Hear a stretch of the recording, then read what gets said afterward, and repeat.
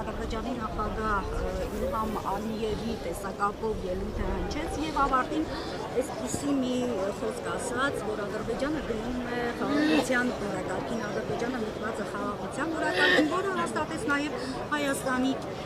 գործընկեր Այսիայով Փաշինյանը իր խոսքում հաստատել, որ Ադրբեջանը գնում է խաղաղության, սա Հայաստանի համար ինչ է դնում։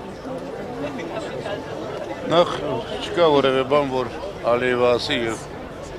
մերս բանը չկրկնի,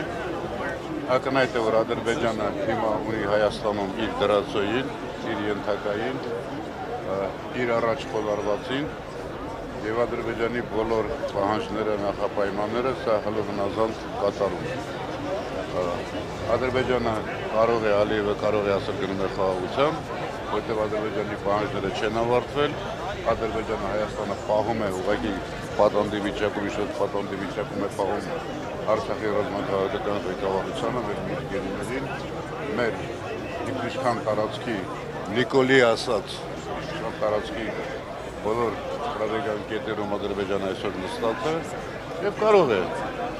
ով է լինել իր փոխարեն ասել գնում եմ խաղաղության, բայց իհարկե հիշում եք, որ դեռ կա սահմանադրության փոփոխության պահանջ, 300 ադրբեջանցիների իրենց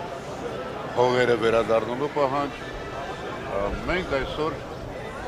ինչ-որ առումով օկուպացիայի մեջ ենք։ Օկուպացիայի մեջ ենք նաև այսօրվա վաղվա այս միջոցառումներով, որովհետև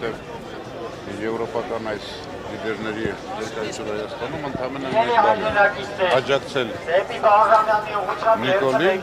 որը իրականում աջակցում է Ալիևին։ Դե հիշում եք, եկող տարի Ադրբեջանի ծնունդից առաջ նույն միջոցառումը կազմակերպվելու է Ադրբեջանում, հերթական գործարքենք ընկել,